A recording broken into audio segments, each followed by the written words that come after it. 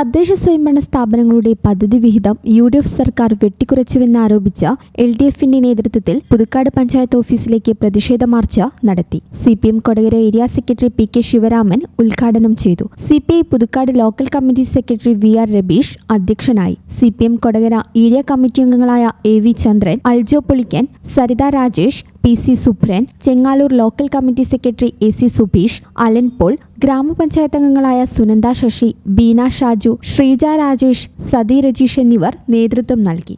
കഴിഞ്ഞ ഗവൺമെന്റ് ഇവിടെ പാസാക്കി അനുവദിച്ച തദ്ദേശ സ്ഥാപനങ്ങൾക്ക് നൽകിയ ആ പദ്ധതി വിഹിതത്തിൽ നിന്ന് വെട്ടിക്കുറവ് വരുത്തിയത് തദ്ദേശ സ്വയംഭരണ സ്ഥാപനങ്ങളുടെ വികസന പ്രവർത്തനങ്ങൾക്ക് ആവശ്യമായ ഫണ്ട് തികയാതെ വരുന്ന ഈ സാഹചര്യത്തിൽ ഇടതുപക്ഷ ജനാധിപത്യ മുന്നണി കേരളത്തിലെ എല്ലാ തദ്ദേശ സ്വയംഭരണ സ്ഥാപനങ്ങളിലേക്കും മാർച്ച് നടത്തുന്നതിൻ്റെ ഭാഗമായിട്ടാണ് നമ്മൾ പുതുക്കാട് LDF പഞ്ചായത്ത് കമ്മിറ്റിയുടെ നേതൃത്വത്തിൽ ഈ പ്രകടനം നടക്കുന്നത്.